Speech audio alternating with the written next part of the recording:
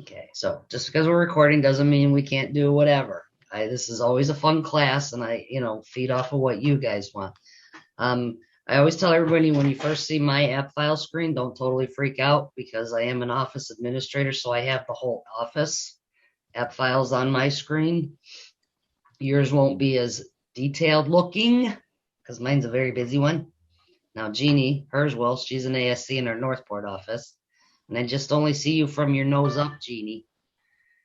I don't see your face. There you go. Better. Thank you. So how many of your agents are coming on today, Jeannie? Supposed to say all of them. Anyway, I wish, right? Okay. So we decided we're going to do a buyer file today. And like I said, we're only on till 11 today, but if we go a little bit over, that's okay too. I just want you guys to be comfortable and ask any questions again that you want. Do you need me to go over the basic layout of the Appfiles and explain some of the functions on the home screen? Would that be helpful to you? That would be helpful. Okay. Yeah. Okay, again, when you open Appfiles, now everybody can get into Appfiles. It's on the call, correct? Okay. When you first log into Appfiles, this is your home screen. If you're not sure, when you're in Appfiles, if you're in your home screen or not, just click on the home button. And it'll make sure that you're on your home. Appfiles is a Windows-based program, so every time you open a window, like say if I open this address, it's going to open a whole nother window. So pay attention to that. If you're working in this file, sometimes it'll open another tab depending on the function you're working on. So you have to pay attention to how many tabs you might have open on the same address. Because if you made a change on this and there's another tab open and you click on this tab, let's say this is Plover, and you're like, well, I just did it and I don't see it. I tell everybody refresh your page because it is live right down to the millisecond on anything you're doing in the program. So I just like to always give a little warning about that because I will get calls from my agents going, well, I did it. And I go in and say, I see it. Refresh your page and then watch how many tabs you might have open on the same property. Okay, across the top, I'll just do real quick. You can search Appfiles. You're going to search your Appfiles. Okay, you only see your Appfiles. But you can search Appfiles here or search Appfiles here. You will not have a global search. I do because I have 7 offices that I look at. You can create a new Appfile here, and a new Appfile over here. The help, there's little videos that you can watch on some of the basics. You will notice if you watch some of these videos that it's not everything is exactly the same as we do at Sunstar Paradise and Premiere, but they're all basic concept videos. Appfile support, and that's funny because they're only there 9 to 5 Monday through Friday by phone, but they will answer this via email if you have, say you deleted something by mistake. You could tell us, oh my gosh, I just deleted an HOA that I need back. You can type that in there, contact, you just fill in the boxes. Okay. I always tell everybody if it's during business hours, reach out to your ASCs. Your ASCs in your offices are very good at Appfiles, and they can usually help you with just about anything that's going on in Appfiles. Okay. Of course, this is your file. And then you sign out. Okay. And then we'll go across the next, home, my Appfiles. When you create Appfiles, a lot of them you'll see recently new ones here. These will show you like the most recent 5, 6, 7, or 8 files that you may have created. But if you're looking for one of your Appfiles and you don't see it here, you can go to My Appfiles, and all your Appfiles will be here. You can sort them by file name. If you sort by file name, it's going to do it by the number first and then the street. You can filter it by file type. So if you're looking for all your buyer files, or if you have an active listing, you could search it by all the active listings. So there's different filters that you can search. You can file type, change it and put it in alphabetical orders, A through Z or Z through A. I gotta move you guys out of the way. Your sort date is the date the app file was created. So not the date that, you were in it last or last activity. So you could sort it by that. And it'll give you your most current by date at the top. You just, filter it whichever way you want. But you will be able to see them here. And you just would click on the name and it would open the app file for you. Okay, so that explains that. And I'm going to go back to my home. Next tab is your signature request tab. These are the signature requests that you have that are active. If there was a number in there, that would tell you how many active signature requests you have out to your customers. This is how many have been done that have been completed that you need to review. And these are the ones that have been done in the last 7 days. Of course, I have none, but I haven't been in the office for over a week. Your inbox is a little bit weird here because any emails that you get are going to be in the actual app files. But in the app files, you're programmed with your email. So if you're using a CB Paradise, CB Premier, or CB Sunstar email, it will go to your actual email. Okay. So activity, this just shows all the activity. This is, of course, I'm at an office level, so this is everything my agents and my manager and everybody's been working on in files. That activity is also here. You'll see recent activity is in the center of the screen. And you'll see, Karen Farrell, she's in our accounting department. So you will see other people doing things on your files. Checklist, that's not really, we'll go over that. That's more in an advanced class. And then tasks, I like to call follow-up. You'll see I have follow-up here that I use that were missed, like as from an ASC standpoint, I'm missing documentation on some files that I use to remind myself to tag the agent, hey, I'm still missing the HOA and the seller's property disclosure. I use that as a follow-up. When we get into the app file, I'll kind of show you how that works a little bit, and you guys can use it for if you want to set up home inspections and send yourself a reminder. It will send you an email the day that you ask it to remind you.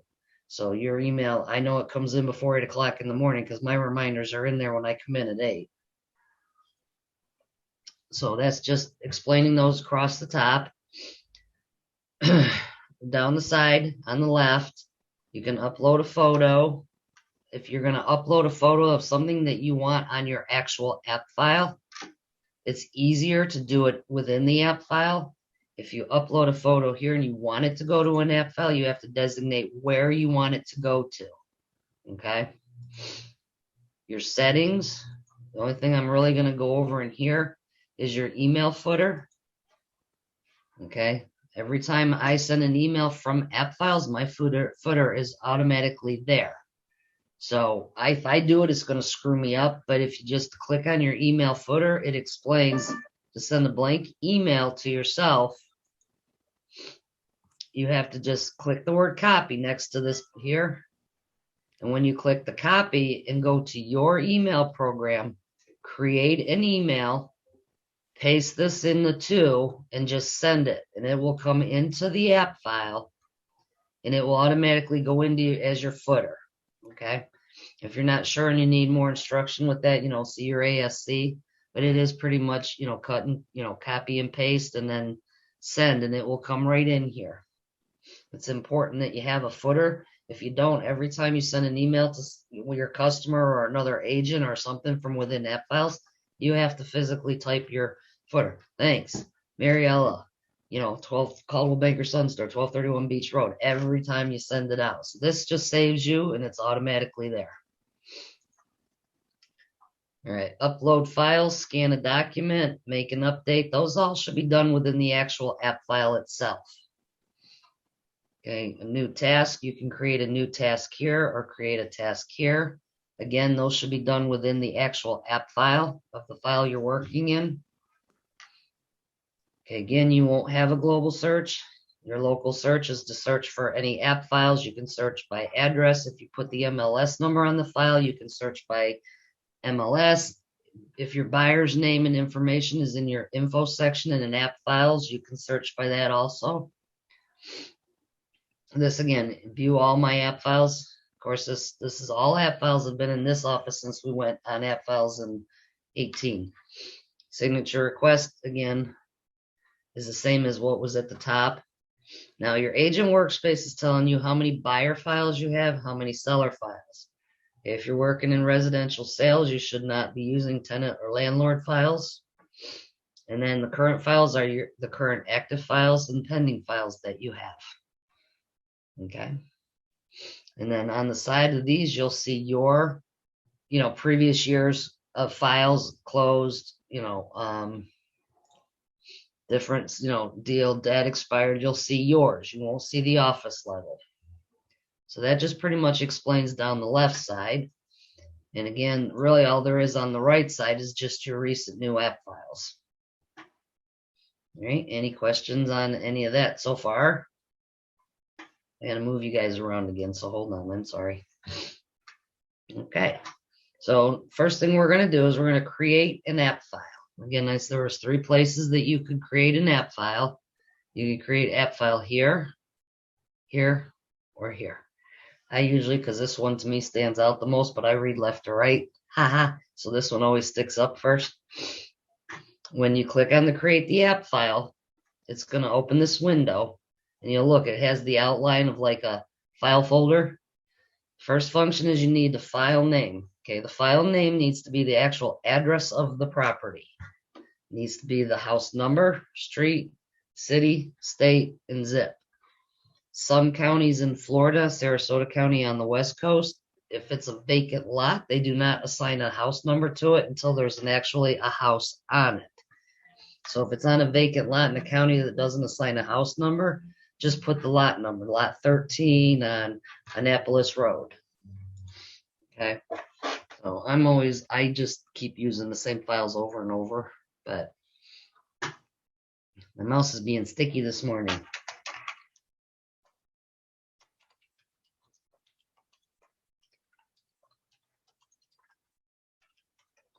Okay. So again, if it was a vacant lot, you could do lot 263 on Caddy Road, Rotunda West. And once you've done that, all you have to do is put something in there, and it will change it from the red required to the green required. Your file type. This again is we're picking whether it's a buyer file or a seller file. We decided we're going to do a buyer file today. Okay, now the next question wants to know what type of paperwork. What this is going to do is load the compliance doc requirements of what documents are going to be required for the file. So when you click in the drop down, it'll give you options of single family home, HOA, pre-78, FHA, VA, condo multifamily, or vacant lot. What it does is with an HOA, it's going to load the HOA requirement as a document required. We'll load the lead-based paint as a requirement, and then FHA, VA as a requirement. That's the only difference really between the 3. So if you know it's in an HOA, which in Rotunda it is, so I'm just going to choose this one. Okay, agent name.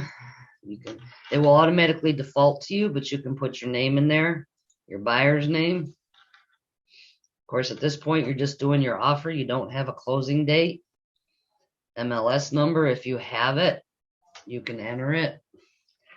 I'm not going to put one in. I mean, you can put it in here, but and the more you put in here that you know ahead of time, when I had mentioned when you do your search, this is where it's pulling the information from, is the file information.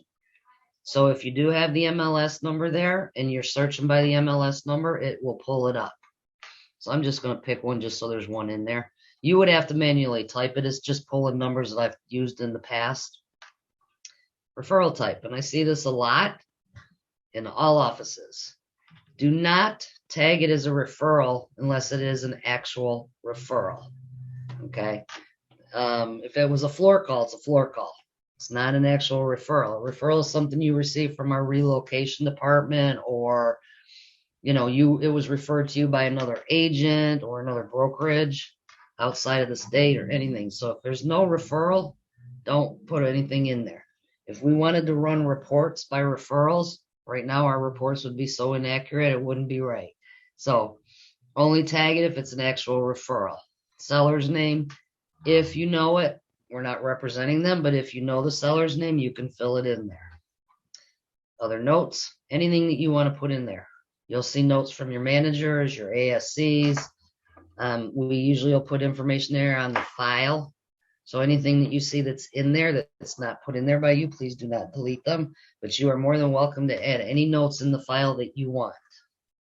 And then you just click next. Okay, select users. Everybody down the right side are people you can't remove. They're your office manager, our Florida president, our IT person, your accountants, your ASC, our operations. They're all our company attorney. They're all required on the file and will always have access. Down the left side are all the agents that are in your office. So if you were working on this deal with another agent in your office, you could add them so they would already have access to the file. If you were going on vacation and you were having somebody assist you, you can also add them to your file at a later date. I'm going to take Kathleen back out. I don't want her calling me and saying, "What'd you do?" Okay, but you can add them here, or if you don't have to add anybody. So now we're just going to create the app file. Okay, and you'll see the addresses here and here, and any notes that you made would be here. Okay, I know everybody looks at this and goes, "Oh my gosh, there's so much stuff here." But remember the file access, these are all the users that have access.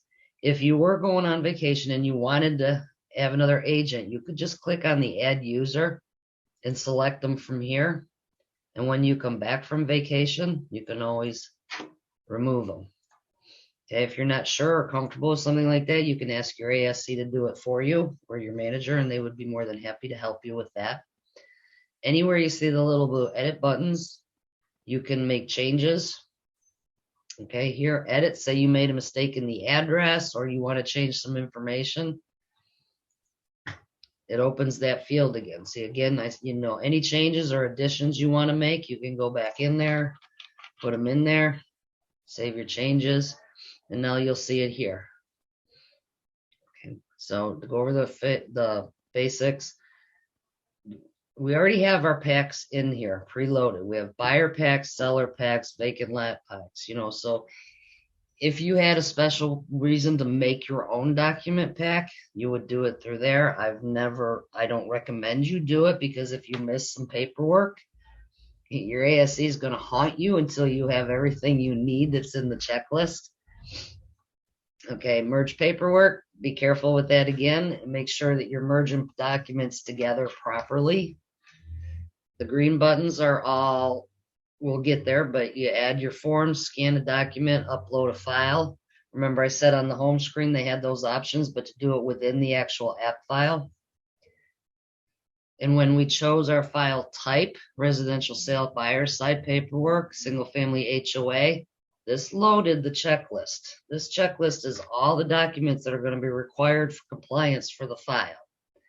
If you would have pulled a condo rider, it would have put in for the condo docs and the HOA docs for the condos as well. Okay. Again, your file access, your sort date. This is the date the app file was created. It tells you who created what day and what time. Every app file has its own email address, which means you can email things directly into the app file. You can go to the scanner and type in this email address and it will go right into this app file. To me, it's a little crazy to stand there and type all that out at a scanner when you can just scan and email it to yourself and upload it into the file. Create a task. This again was the follow-up. So if you wanted to create a follow-up on the file, you don't have to put anything up here, but your task title is required. So let's just say you're doing home inspection.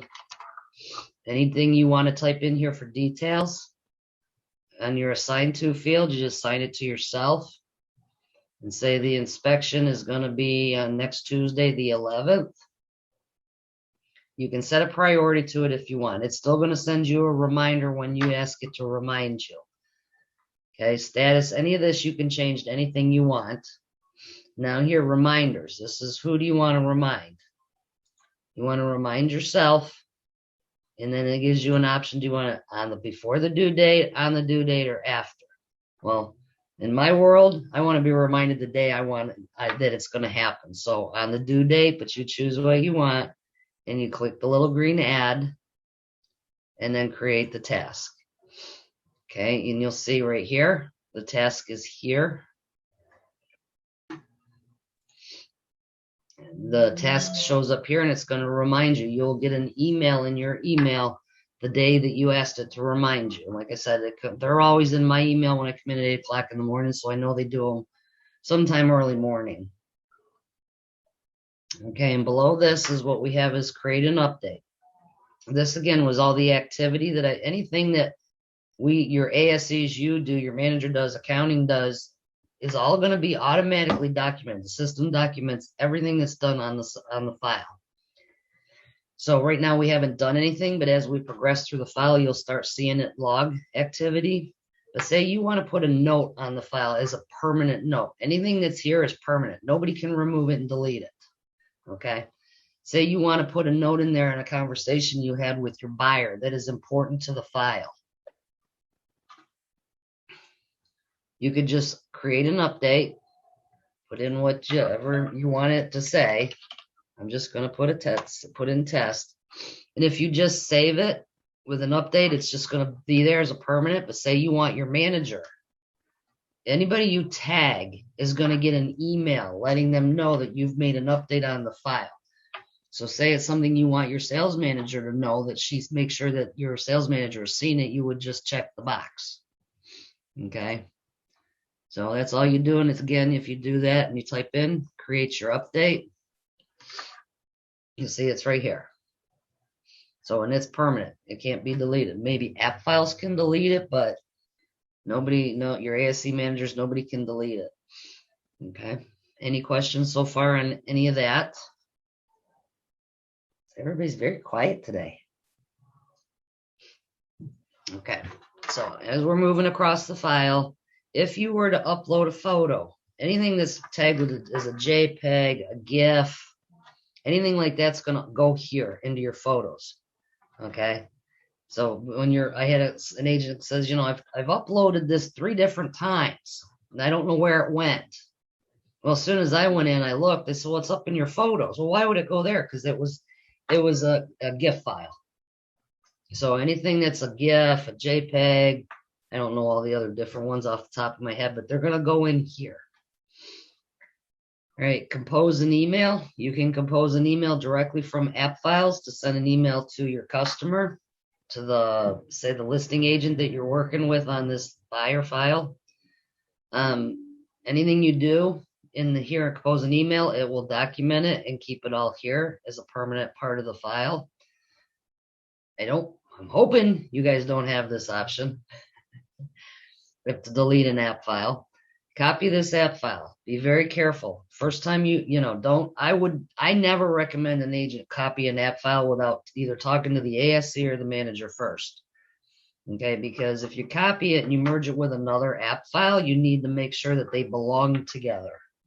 Okay, because every single transaction has to have its own file. Okay, so I always tell everybody, and I see this in all offices, but one address, one file. Let's say this is your listing file and you get the buyer. You still do all the buyer stuff under this file. You do it on your listing file. If you create another file for the buyer, then your ASC and your manager have to clean up all the documents and merge the files together. So if you have the listing and you bring the buyer, you need to do all your buyer documents under your listing file. Okay, one address, one file. All right, you can add a web link. So if you wanted to add a link to this for the property appraisers, you could just go to the property appraisers, copy the link, put it in there and save it, and that link will always be here on this app file. Okay, so, and then down here is what we call our file information or our master template. This is important that we fill this out. We want agents to fill out, if not minimal, customers' names, cell phone numbers, and emails. The more information you put in here, the more helpful it is to you with filling in your documents. From a company standpoint, we need that information for if our attorneys get involved in case, or our VPs have to call a customer, or it gets hung up in an escrow dispute or anything like that.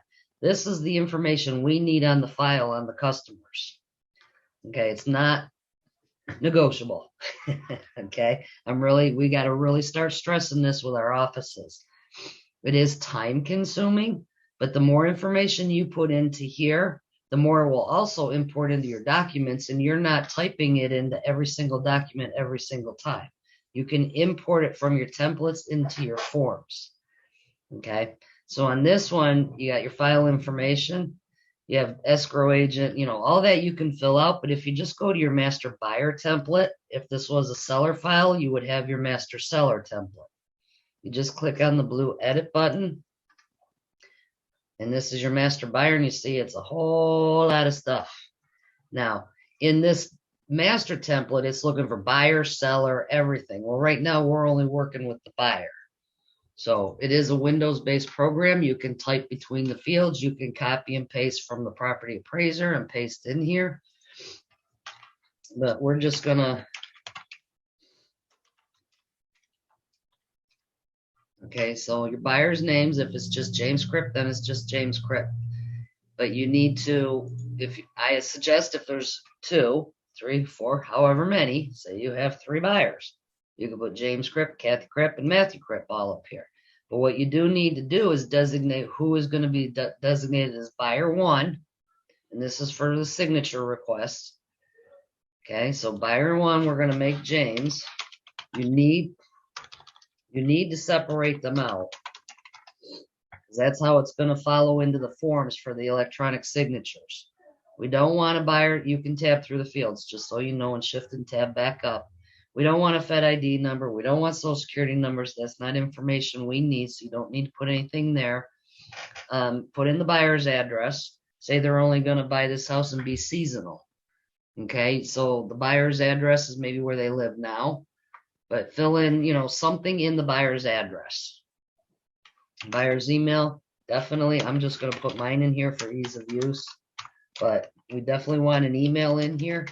We have a what we call testimonial tree as one of our new programs, and what it's going to do when the file closes, it's automatically going to send a testimonial out to your customer. It will not do it if there's no email in here. So we just really want you to put that in there. Plus, this will populate into your forms and into the signature request also. Okay, home phone number, work. I'm just using office stuff here for now. But fill in a number. Hopefully nobody's using faxes. Buyer 2. So we're going to designate Kathy as buyer 2. And up here on buyer name, you could put James Cripp and Kathy Cripp, or Jim and Kathy, however you want. What's important is when you're designated who's signing is buyer 1 and buyer 2. Okay, same thing. We don't want a tax ID number. You can put an address in there. Buyer 1 and buyer 2 can use the same email address. .loop, Form Simplicity, all of them, they all have to have a separate email address. Jim can't use the same email address as Kathy.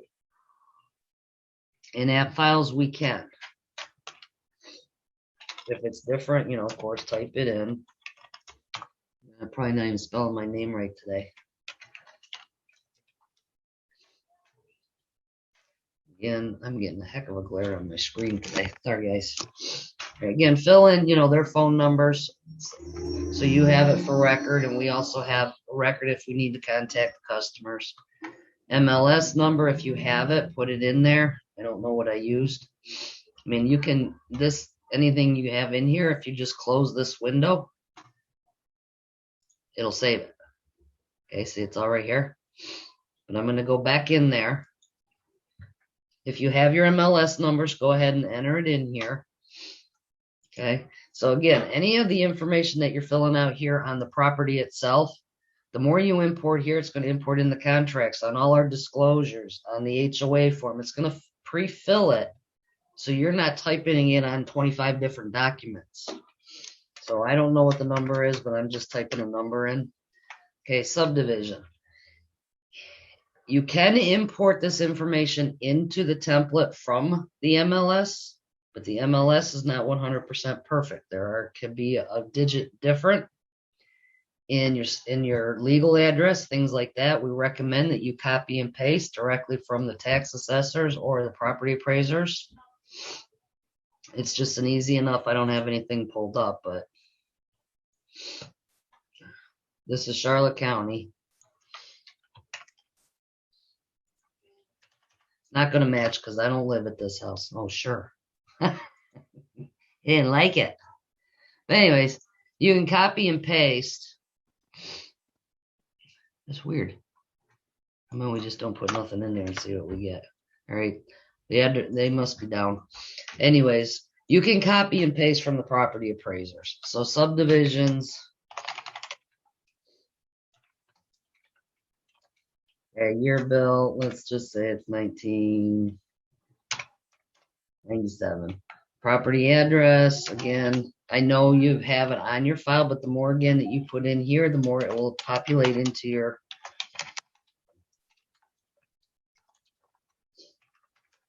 Like I said, I'm going to skip through on some of these fields because if not, it'll take 25 minutes of class. When you're doing the property address, a lot of us will get in the habit that are normal typists. When you hit road, do not hit enter because then it will they don't match. Keep your address all on the same line so it will fill it in on the contract and everything properly. Okay, so property address county, property legal description. Again, you can copy and paste. Let's just say 263. I'm just putting in some numbers. Okay, so let's just say that that's the legal description. And this will all populate again into your contract. The tax ID you can copy and paste in here. Okay, listing date, if you imported it from the MLS, it would fill in the listing date, okay? The only thing that really the listing date is not really anything we have to have because we're working on a buyer file, but if it was a listing file, you could fill that in. Okay, purchase contract date, we don't know yet. Because again, we're just starting this file, getting our paperwork together to give to our buyer for the first offer. Effective date, if you know your date of inspection, fill it in. You can always come back in and fill this data in once you have it. Now, when we get to the price, you can fill it in here. It will import into the contract, into the finance section of the contract. So let's just say we're going to do $435,000. Let's say the list price was right now. I could probably put 400,000, but because of the way the market is. But let's just say it's 430. Okay. Fill in your commissions. It's not the only place that will populate is more into your transaction worksheet because the contracts don't take this information. Selling broker firm. Star Premier, whichever.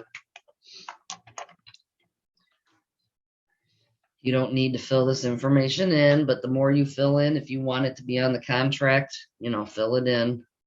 You can put your selling agent's name in here. It will fill that in on the contract on the last page. All right. If you have mortgage information that you need for your information, go ahead and fill it in. Loan officer. Okay, your initial deposit date. This again will pull into the contract in the escrow section of finance. So let's just say we're doing $10,000 as initial deposit. You can put the date if you want. Say we're going to do an additional deposit. Okay. Escrow agent name. If you put it in here, it will fill it in on the contract in the escrow section. If you're using the same person to do escrow and title, you can just copy and paste it between the fields. If it's going to be different, Just, type them in if they're different. I know in Florida, a lot of times our title companies do the escrow and title. So that's kind of it. Now we're into the seller's name. Again, the more you fill in here in your seller's names, it'll pull into the contract. So let's just say it's, I always like to pick, but we're picking on Jeannie today. So she's seller. I'm going to do her and her husband. All right, so we're going to designate seller one. What it'll do on the contract is it'll put, if you separate them out of seller one, seller two, it's going to, on the contract, do Jeannie, Scott St. Peter, and then Jeannie St. Peter on the contract. Even though we're not representing them, it'll fill it out on the contract better this way. Okay, so again, it's all seller. We're not listing. You could put the listing agent's firm's name if it's Keller Williams, Remax, whoever. Put it in there. It'll pull it in on where it needs to pull in, but you might want it there for your own information, and you can put their email address in there as well. So again, everything that we typed is automatically saved. You do not need to save it. If we close it, you'll see, as from when I went out before, a lot of the information is visible here. Okay, if you don't see something or you want to change something, again, you go into your edit button and you can add, change, delete, anything you want. Okay, any questions on that so far? Crickets, crickets, crickets. And by the way, that's my nickname is Kathy Cricket, so there's a story behind that. Okay, so once you've spent that time, and hopefully, I know it's worth you guys, it took time here, but if you were to fill it all out and you have it right in front of you, that 15 or 20 minutes that you take to fill it out is seriously going to save you a ton of time. So once you filled out your template, we're going to come over here. We're going to add our forms. Now here's your checklist of all the forms that are required. But if you go to add forms, okay, you can select the forms package. And here's where you'll see the packages. We got a buyer pack for vacant lot, residential listing, or vacant land listing. Okay, you can pull them from that way. Or if you just scroll down, you'll see the buyer pack here. All the documents are here. The buyer vacant land, residential listing, vacant land listing. We have not created packs for every type of transaction. If we did, there'd be 50 million different types. Okay, so our packs are basically created for everything that we need for compliance. In this instance, because on the buyer side, I put in that it's an HOA. That HOA form should be coming from the listing agent and should actually technically be uploaded to the MLS, attached to the MLS. Okay, from the buyer standpoint, we should not be creating and supplying the HOA form or a lead-based paint. Those should be coming from the sellers. Okay, but it is a requirement in our file that we have it, and our buyers have to sign it and acknowledge it. So we're doing a buyer pack. Again, you could choose from here or the buyer pack here. If you click select all, you'll see it added them all over here. Okay, again, an HOA form is not going to load. We aren't going to load it because we're going to get it from the listing agent because it should already have the fees and everything filled out in it. And then we're just going to click add selected forms. Okay, after you've added the forms, all the documents open in, I call it a train, 31 pages. Okay, so we can type on all these pages one by one by one by one, but everything that we just wasted, I have agents tell me I wasted time, but all that time that we spent filling it in, all of it here, import your values, will pull it in. But I want to just explain a couple of the functions. Your print and your download are the same thing. It will download to a PDF that you can print, upload, attach to an email, whatever you want. Lock, you won't have that function. The submit button, I'll give a brief explanation on it, but it is an important button that once you have all your paperwork or any of your paperwork that's fully executed, In order for it to be verified and reviewed for compliance, you need to submit it either to its placeholder in the list. Say if you have just the wire fraud, you would have to click it to put it in spot, or click it and put in the checklist and submit. What that does is notify your office ASC that there's documents that need to be reviewed for compliance. So if you don't submit them, we don't know they're ready. We're going to start looking for them because we get notification on our accounting system of every new transaction. And we have 48 hours or less to get them cleared off our accounting board. So if we don't see something, we're going to start asking you. So save yourself some aggravation. If you have documents that are ready, submit them. So all you have to do is click your submit button and submit it to the checklist. Okay, actions. Some of these functions are the same as what you see across the top, the print, the download. You can rename this train. I'll show you another way to do that. You can copy these documents. Careful with merging forms. Again, if you're not sure how to do that, you can try it on your own because we can always fix it, but move to another app file.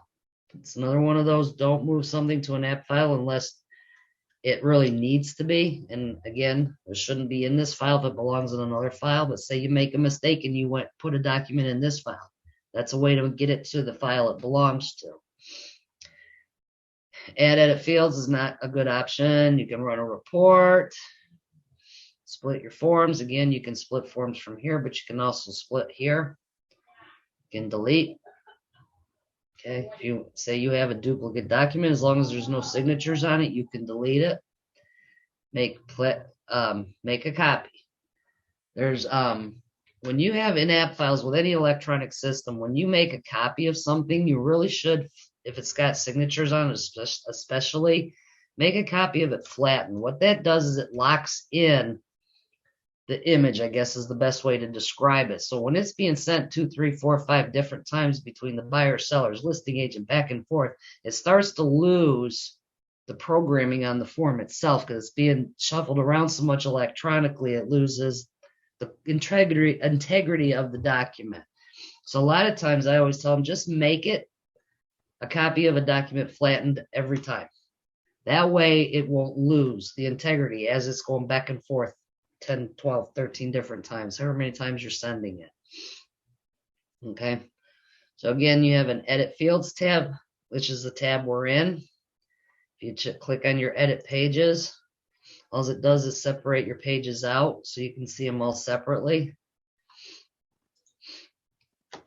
Option to split forms.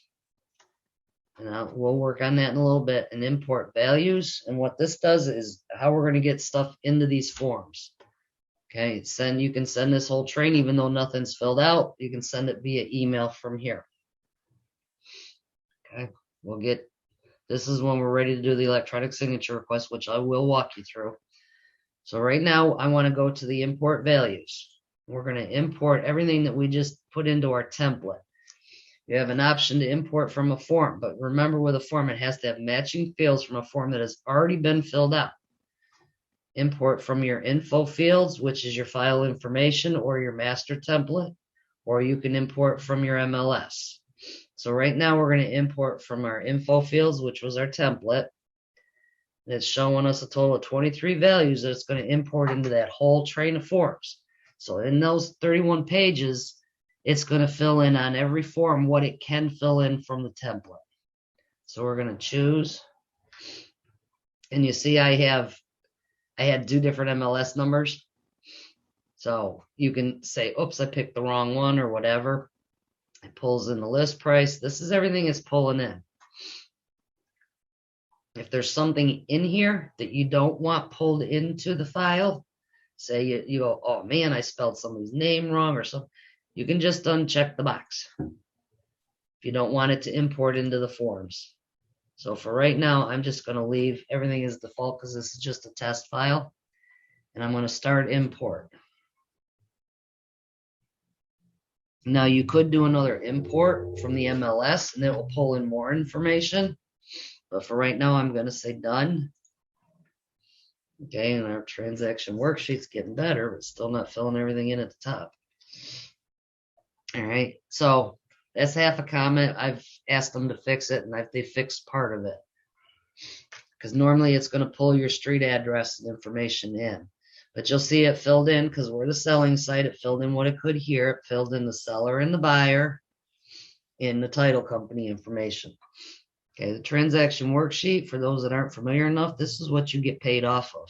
This is a very important piece of paperwork, just like your contract or your listing agreement. This is required on all files. And when it goes under contract and you get a fully executed contract, the rest of this needs to be filled out. A couple of things I'm just going to point out, whether it's a listing or a buyer side, either side, we want this information filled in as much as you can. The source of your seller or the source of your buyer. We are required in our accounting system, your ASCs have to fill this in. So we want to know the source of your seller. Was it a floor call? Was it your sphere of influence? Was it your neighbor?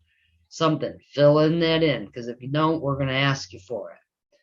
Okay, commissions. Make sure you at least break it down by your percentage. You don't have to do both, but if it's 2.5, 2.5. If it's 5, it's 5. Broker fees. Fill in your broker fees. Okay, listings, residential are $295 here in Sunstar. I don't know about Paradise and Premier. Regular residential listings are $295. Mark down who's paying it. Some agents will pay it for their customers. So buyer, if it's paid by the seller, paid by seller. If it's paid by agent, paid by agent. Okay. Buyers, all buyers in the Sunstar region, doesn't matter what they're buying, is a $99 broker fee. So make sure you put in your 99 and who's paying. Buyer or agent. Okay, again, like I said, it fills in from your template. So that's it. But this, again, it's real important on this transaction worksheet. You fill out as much as you can on a contract. Once it's executed, contract price, contract date, and closing date. All right, so you'll see on our disclosure, it filled in the address, pulls in their printed names, wire fraud notice. Now, not every single form pulls in the printed name. Okay, according to Appfiles, they can't program all the forms the way we want them. If you want to physically print those names in there, that's fine. From my standpoint, from compliance, as long as that legal signature is there with a date, that's sufficient. Okay, the warranty, it loads in 11, 12, I can't remember how many pages. I think it's 11. We really want you to send the whole warranty to the customer, whether they're going to get it or not. At least they get to read it and say, ooh, maybe I will get it.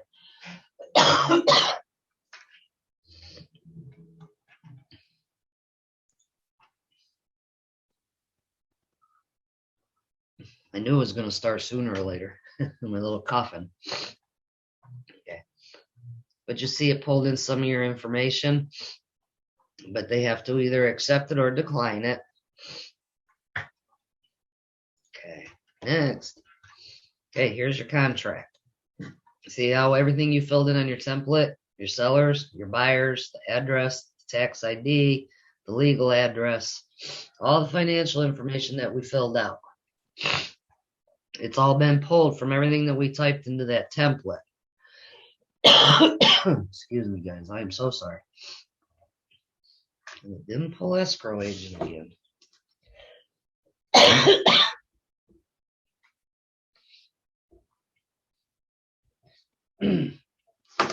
I'm just making notes for myself to find out why it's not pulling the escrow agent. Okay, so let's say in here that since you filled that information out and this needs to be changed, say the listing agent called and said, hey, right now they're not accepting, anything, highest and best offer. Well, you're going, well, geez, my customer really probably could go to 440. When you're within the financial section of the contract, any changes that you need to make within here, you need to start at the top and tab through them. Because these forms are programmed as an auto balance. So if you click here and change this and then want to go back up here, it's not going to allow you. It won't auto calculate. So let's just say that they want to change the offer to 440,000. Okay, we're going to tab through, and if you watch, it will change. But Okay, 10,000. Tab through. I'm going to type in big W since it didn't pull. Again, even if you're not going to change anything and you're only changing numbers, you still need to tab through every field. Okay, say we're going to up our second $5,000. Okay, now your finance section used to be only one way to do it. Used to had to be a dollar amount. Now you can do dollar or percent and it will auto calculate. So say they are doing FHA or some kind of financing, you can do 80%. Okay, see how it changed it? Before, when you put 80 in there, it thought it was $80. All right, so again, tab through, shift and tab will take you back up. Say that the mortgage company, they're only going to do 70%, and they call and says, hey, things have changed. You still have to start at the top. Tab through. Now, just remember, if your buyer has already put initials on this document, it's already considered a executed document. You can't make any changes. The system won't allow you. So hopefully this is all being done before you have signatures. But say we change through and they only want to do 75%. About 75. Okay. So again, just remember to tab through, and then that way it won't lock the fields. Okay. And again, I'm not licensed, so I'm not going to show you how to fill everything out. That's more for your sales managers to help you with. I just point out a few things that are helpful. Again, these are grouped in pages of 5. What I'm going to remind, we did notice that we created this as an HOA on page 11 of the contract. Always make sure when you're submitting your offer that you're checking any of the boxes of any of the addenda. I've seen lately that we're actually getting people doing other and doing seller's property disclosure. You can do that as well. But make sure that any addendum, if this was an FHA VA, you want to make sure that that box is checked and that you have that addenda signed by your buyer. Always tell everybody under the additional terms, be careful what you put in there. If you're not sure what you can or can't put in there, check with your sales manager, especially if there's a mortgage company involved, because they don't want to see the boat is coming with and the extra shed. The mortgage companies don't want to see that on there. So again, if you're not sure what's allowed or what should be in there, check with your sales manager. And then there's just some more, as our affiliated business in-house. And then the energy efficiency. By state law, we are required to send this to every buyer. So with us sending it in the packet to them, that's our proof that we sent it to them. They don't have to sign it. We just need proof in the Appfile that we sent them the brochure. Okay, any questions so far? Nope. You guys are good. So, all right, I'm going to go back to page 1. Okay, so in here we have technically only one form in here that doesn't need to go to your buyer, and that's our transaction worksheet. It's an in-house document. So I want to split that form off. Again, when we're doing all of this and anything you're adding or changing, there are no save buttons. When you close that window, all you do is close it. Now, so you don't get confused, you see where general paperwork is? It created a holding space for all that paperwork that we just loaded in there. If you open it, it's all right here. And everything's been saved. There is no save button. It will automatically save. So what we want to do is we want to split off our transaction worksheet because everything else in the file needs to go to the buyer. So you can split forms from here. You can go to your edit pages tab and split your forms from here. They all work the same. But if you split your form, we want to split off just our transaction worksheet. Everything else we want to keep together. So we're going to check the box and we're going to let it just go to general paperwork. That's just the holding space for the paperwork in the file right now. Okay, so we're going to go ahead and split it. It's telling me that it's been split off. And you'll see now your first leading form is your standard disclosure, and it renamed the whole package. Standard disclosure. My recommendation when I told you I would come to this, rename it. Because if you close it and you're saying, well, where's my contract? Well, you don't see it because it's called standard disclosure because it's still in this whole packet. The little blue pencil. I would just put in there whatever you want to name it that's going to help you remember. And do contract package, you can either hit the enter button or the check mark and it will save it. But you must do one or the other. So I'm going to close it. I saved it. Now you look, your general paperwork, transaction worksheet, and contract package. So I'm going to open it back up. Again, it saved everything. Now, me in my world, I would want the contract to be the first document in the package, so that's the first thing your buyer sees when you send it to them. Okay? You can do anything you want, any way you want. I just think, give recommendations. So you can change your form order. Okay, click on your edit pages. You want to change your form order. And you just drag and drop. So we want our contract to be first. And let's say you want the home warranty to be last. You can move them around in any order you want. Okay, in here, you have a home inspection disclosure.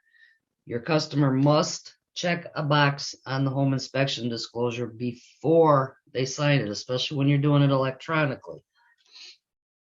So you could put it up in front of the contract. So when you send it to them electronically, let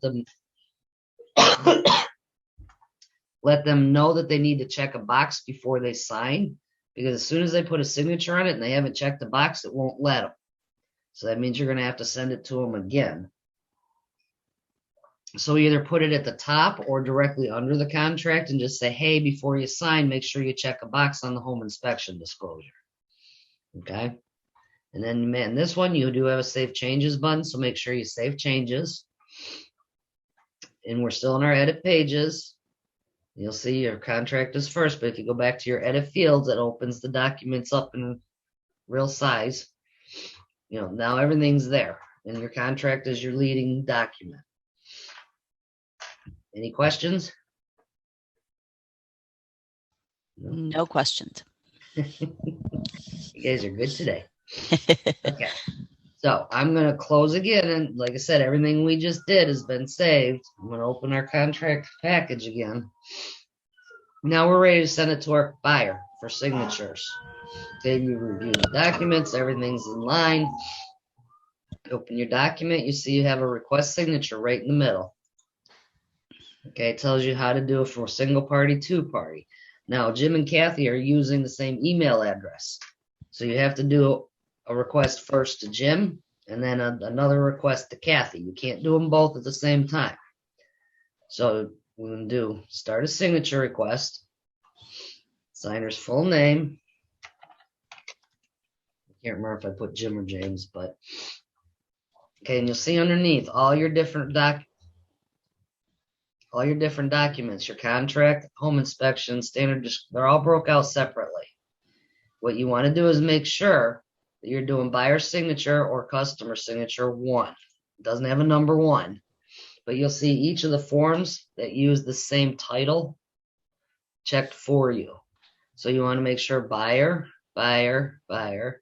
Wire fraud, they're considered the customer, so you want to make sure you check customer, and you'll see it followed through on the affiliated business. Now, America's Preferred Home Warranty, they have to sign to waive and sign to accept. So it can get confusing because if you aren't sure if your customer wants it or not, you have to activate both the waiver and the signature field. Now, if they sign both, then you have to find out what they want. So if you know ahead of time that your customer doesn't want it, then just uncheck the signature field and leave the waiver. But if you're not sure, just tell them to sign 1, and they'll see it when they're signing it. If they want it, they can only have to sign it once. Because what will happen when you get your signature request back, if they don't want it and they only sign the waiver, it's going to tell you there's one signature missing. But as soon as you see what signature is missing, you'll understand that it's okay. I have asked America's Preferred Home Warranty to figure out a different program for this to check a box, because it can get very confusing for the customer as well as the agent. So, and then we're going to come over to our as-is contract. Make sure you got your buyer's initials. So again, just make sure you got buyer or customer on every document. Checked. And then we're going to go next. Okay. As-is contract, you check. If you want your buyers to put in this information, you check the boxes. Checking the boxes activate the fields for the customers to be able to fill it out or check a box or whatever. So you see them on the home inspection. We need to check both of the boxes to allow them to choose which one they want. Okay, America's Home Warranty. This is all mostly just programming in there. And then you just click next. No. This is the email that's automatically populated by the system. It has Jim's full name. It'll tell you from you.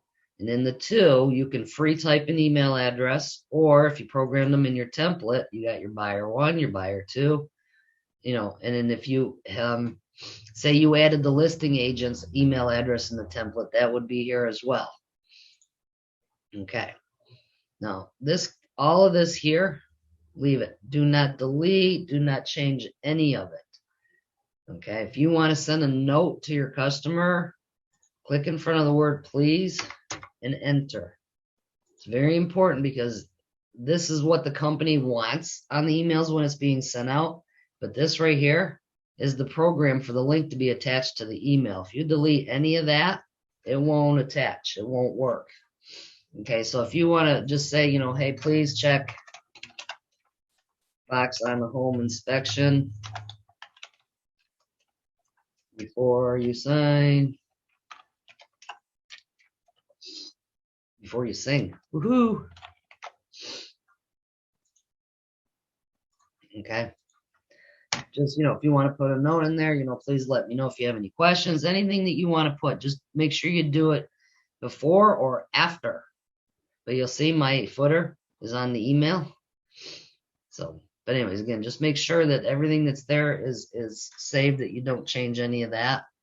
And you click next. And on the next option, it's who to notify. Your managers and your ASCs don't want to be tagged unless they've asked you to. Just make sure that you yourself is checked. So when the signatures are complete, you will get a email letting you know they've signed and request signature. I'm going to do Jim and Kathy first just to get them done, and then I'm going to show you what your customer is going to see. So we have one active signature request. And now it was sent to Jim. There's 7 places for him to sign and 11 places for him to initial. So now we're going to do Kathy's. We're going to do start a signature request.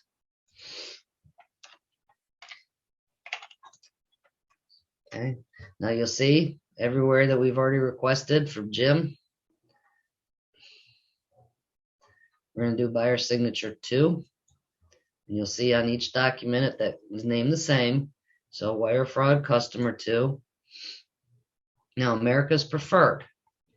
The only time that the buyer 2 has to sign is if they're accepting it, and if only one has to sign to waive it. Since we asked Jim to choose whether they're going to waive it or not, he's the only one that can check that box, or sign.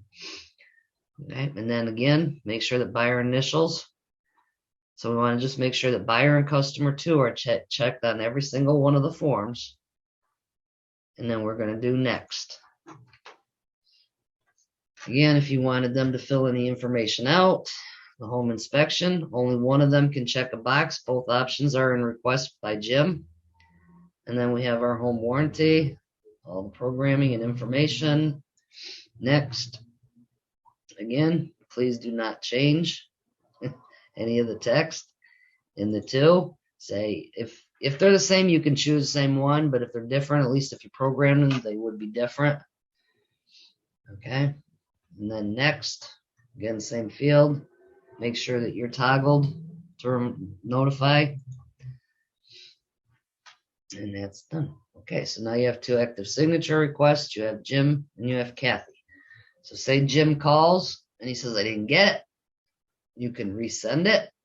Ask them to check his spam. If they have Yahoo, AOL, Hotmail, they're older, antiquated email programs. A lot of times it'll go to their spam. Sometimes they might not get it at all if they're older and antiquated because their security protocols aren't as up to snuff for the e-signatures.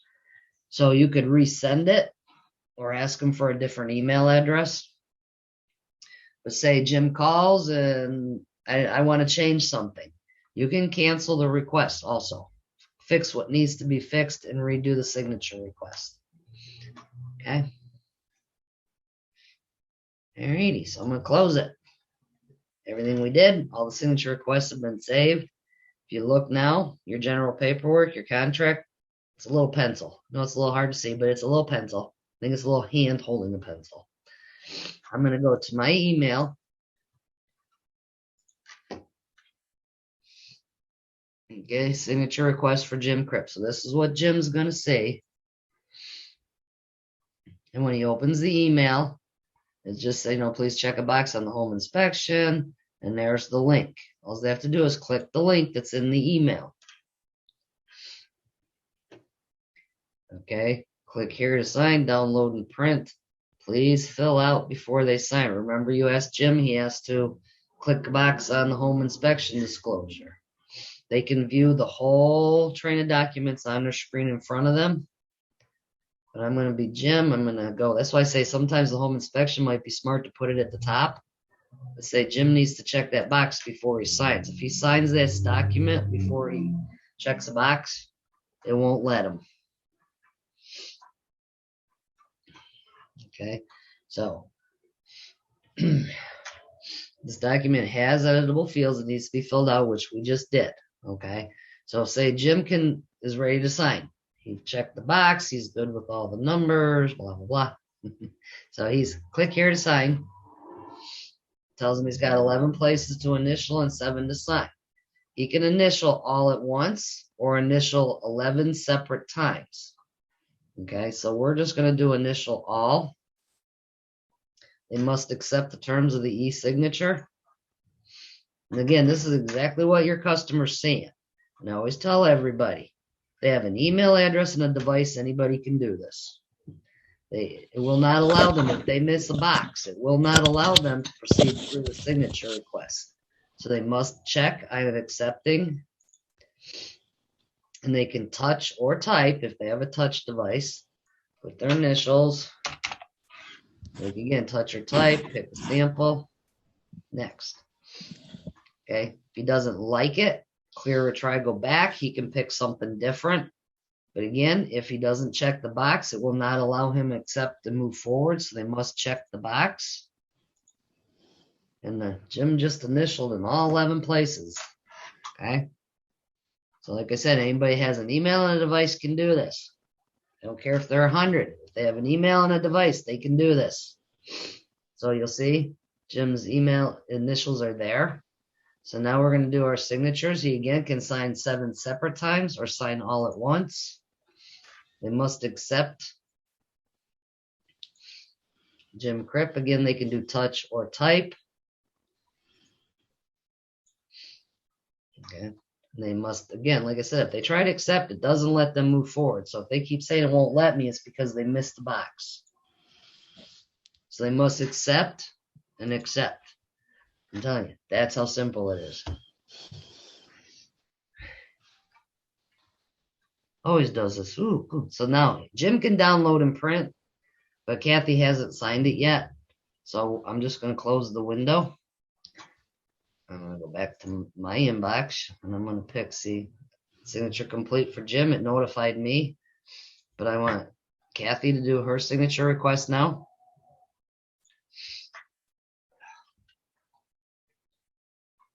Okay, it's telling her she's got 11 and 6. As she can see, well, Jimmy's already signed, so Jimmy's already good. Say she's at work and she hasn't seen it. Well, Jimmy's already signed, so it must be good. So again, she can initial 11 separate times or initial all at once. Must accept the e-signature. Again, accept I'm doing 11 times. Initials again, touch or type. There. I don't like that one. So we're going to pick this one. Next. Not any better. But they must accept and accept. Okay, so again, there's her initials. Now she's going to sign. Can again sign 6 separate times or sign them all at once. Touch or type. Okay, accept. Okay, down. Does everybody agree that that looks pretty simple? At least shake your head. So Yes, it's simple. Time consuming, but yes. Well, it's really not time consuming. I slow it down, but is it time consuming because you can't do 2 at the same time? Well, when you're filling all the forms out, I would think it is time consuming, right? Well, that's why you do your template, so you're not filling all the forms out. Right. Were you on at the beginning of class, or did you come on a little later? No, I watched you from the beginning. Okay. Kathy, my question is, do we have these forms written in Spanish? Because I have Spanish clients and I can't sit there translating every single page. Good question. I think we do, but I don't know. I hope so. Well, we'll look in the forms bank because these are all the Florida legal forms. Right. So, nobody's ever asked me that question. So I'd have to look into that because this is all done by Appfiles. This isn't us that loads these forms in here. These are all done from the state level. So they should be in here. So if you're not finding them, you're over on the East Coast in Paradise or Premier? Paradise? No, I'm with you. Oh, are you? Yep. See, I don't know who I'm talking to. I can't see everybody. Sorry, it's Mariella, Kathy. Oh, I'm sorry, Mariella. See, That's I can recognize your voice because you got a cold. Yes, that's why. Yeah. Well, what we would need to do is I'll put a note for myself to check into it because you can always add documents into Appfiles. That's great. I have a Spanish client too. No, that's okay. But your Spanish clients don't speak or read English, or no? No, I have yesterday one. That's all right. So when I wrote a note for myself to look, because you can always get them out of Transaction Desk in MLS and upload them into Appfiles, but that's a little more legwork. So let me look into that. Because they should pull into the forms bank. Yeah, I don't think they need the contract. They just need maybe the email. Is any way that can come out in Spanish? Well, that would have to probably be something you might have to do on the email side, but let me check. Don't commit me to anything on that because I don't have an answer. All right, so anyways, okay. So signature request, it does say that both you will get your email that we both completed. So we're going to go back to our app file. Remember when I said when you sent the signature request, it has a little pencil, and you go, okay, well, I just got an email they signed. Again, it's live. Refresh your page. Little pencil's gone. So now once you've got it back from your customer, there's a form in there. The only thing in this package that actually needs to go to the listing agent is the contract. So you're ready to take that offer and submit it to the listing agent. This is where it gets fun because I have to stop sharing screen and resharing screen. So we're going to open our contract package back up. And the only thing in here that needs to go to the listing agent is the contract. So we want to split our forms again. Okay, we want to split our contract off from all the rest of the in-house disclosures and forms. Again, let it go to the general paperwork. Split the selected form. Okay. Kathy, why are we splitting the forms again? Because you don't need to send our in-house disclosures to the listing agent. We're sending the offer to the listing agent. Okay. All of these disclosures are in-house. They are not Florida legal forms. They are Caldwell Banker specific brokerage forms. So we're splitting the contract off to send to the listing agent. So now you'll see you have the contract package, which is the disclosures, your contract, and your transaction worksheet. There's two different ways that you can send it direct. And we want this all done within Appfiles. We don't want it done outside the system. Anything you do with the transaction needs to be done within Appfiles. That way, it's, as you see, the activity is being added as we do things in the file. That way, you have proof. So say the agent calls and says, well, I never got it. You can say, well, okay, I sent it to, you can look at the email and read the email address and everything. That way, it's your documentation that you did it, and then you can always resend it.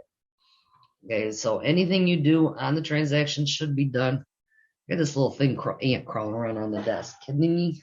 I don't want him in my coffee cup. Sorry, guys. I didn't want an ant in my coffee cup. All right. So, again, we're going to send the contract to the listing agent. You can open your contract and send via email from the contract. I'm going to show you two different ways. So, I know, you see, send via email. We're not doing a signature request because we don't need any. Send via email. All right. Can you guys see my compose an email? Okay, because I get too many, so I got to stop sharing and reshare. So hold on a minute.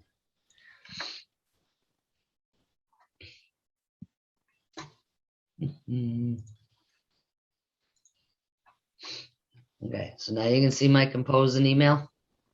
Yes. Okay, so when I click that button, compose an email, this pops up. Okay, you see the contract is already attached to it right here. You can free type in the listing agent's email that you need to send the offer to.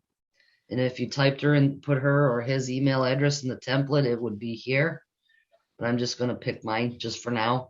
And you can type your message, please notify me that you received this.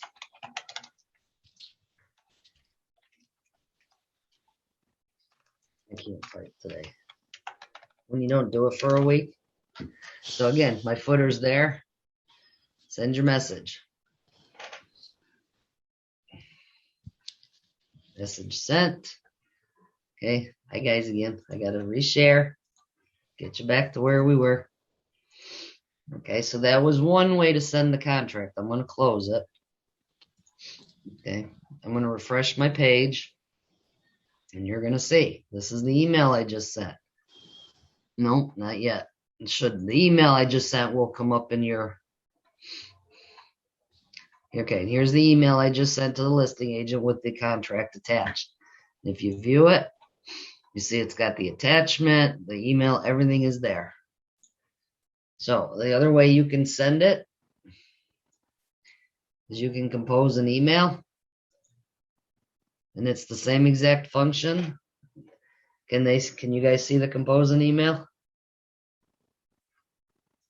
No? Yes, no? No. Okay. So I can't. So we're gonna share again. Okay, so the compose an email comes up, but there's no attachment. You click on the add attachment, and it allows you to choose what you want to attach. So you can click finished.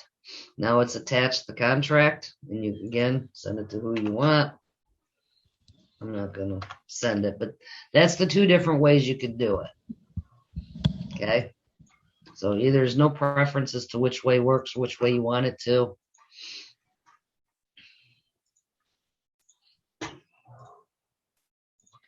Okay, so that was that part of it. So is there anything else that you want me to cover real quick? We have, what, about 10 minutes?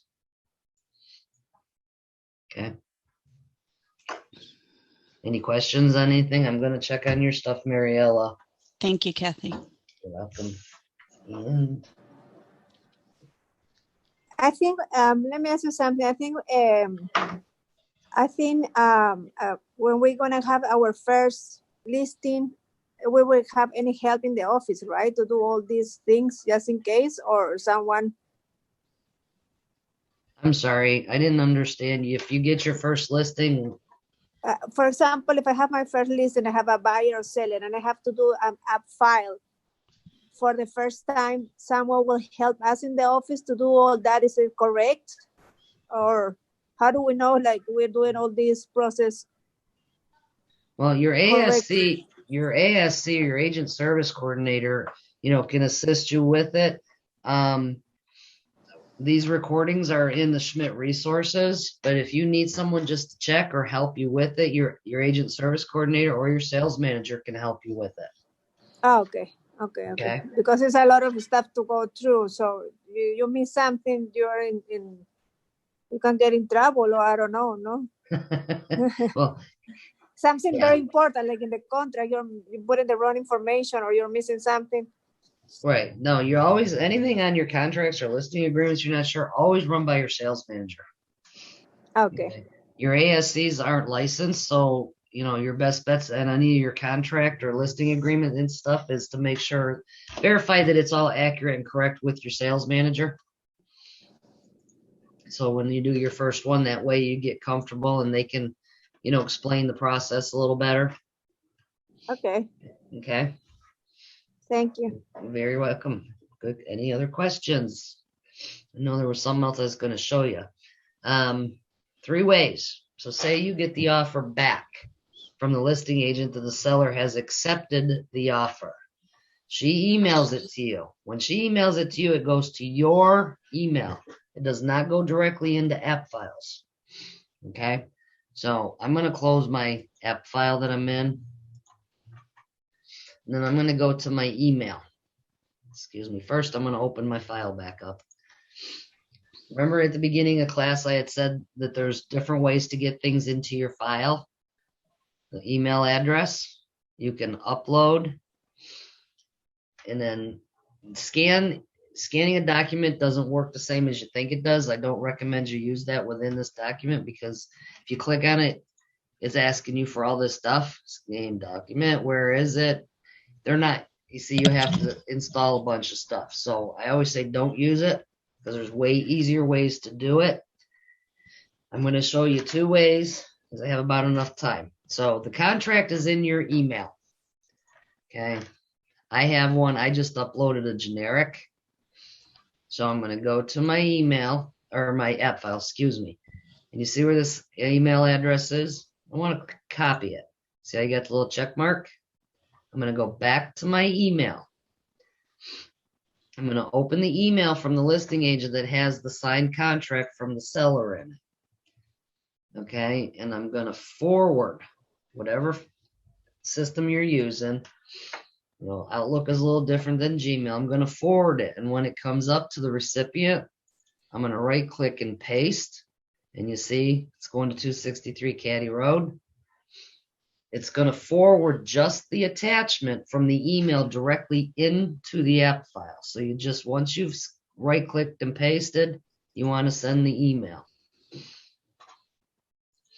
So it takes a little bit of time to come in from an email, and in class it takes a little time. When it comes in into the email, it's going to create a holding place called emailed paperwork.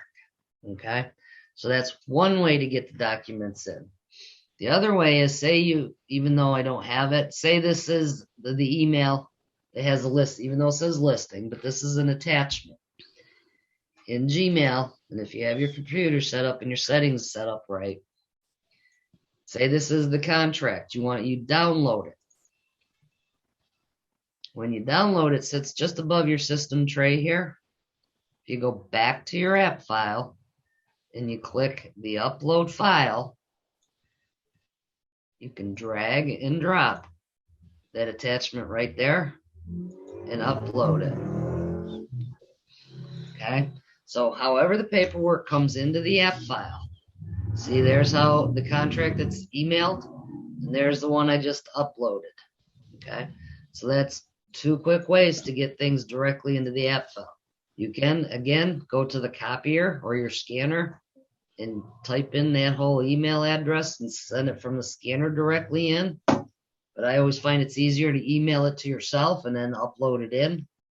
Or you can email it direct. Once you have it in your email, you can email it in. So there's the emailed one. That's the contract there. Okay. All right. And then even though It's the listing agreement, but there's the document. And when they're come into Appfiles, they're not editable. So I don't really have enough time to go over that today. I'm only doing 2 classes a month during season, be the first and the third Thursdays. The first one is a 101 class. The next one, I have to look at the calendar. I don't know the date. Come on, calendar.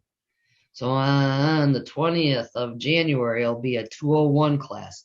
In that class, I'll get into showing you how to separate forms, how to convert non-editable forms to editable, how to add signature requests, things like that. If I had till 11:30 today, I would teach all that today. But I just wanted to show you the basics on that. Is there any questions I can cover in the last minute or so? Anybody have any questions whatsoever? Doesn't even have to be a basic question. No, so we go back, if we want to see the video again, we go back to Schmidt. Where do we find your video? Well, it's in Schmidt Resources in the education classroom. Education, okay. Yeah. There's 4 or 5 in there now. Some are 101, some are 201. So they're under the Discover the Schmidt Difference, and there'll be Appfile classes in there. Last I checked, I think there was 3, maybe 4 in there. Okay. Okay. But your ASC, you know, if you need help, don't be afraid to go to your ASC and ask for help. Okay.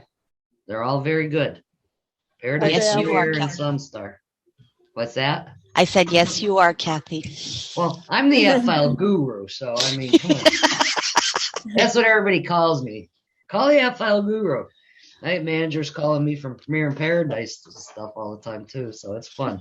I enjoy it. I enjoy teaching you guys the classes. That's great. Remember, no question is ever stupid, so don't ever feel afraid or be, you know, that you can't ask a question. Sometimes things happen and it's a one-time weird kind of situation. You know, I've had ASCs call me and say, this has never happened before. How do I do it? And I'll even have to say, I don't know. You know, things happen and it's a live program and things change. So, you know, definitely your ASCs and your managers, you know, if you need help, they're there. They can help you with everything that I teach. I've taught all of them, especially over in Paradise and Premier. So, okay. Thank you.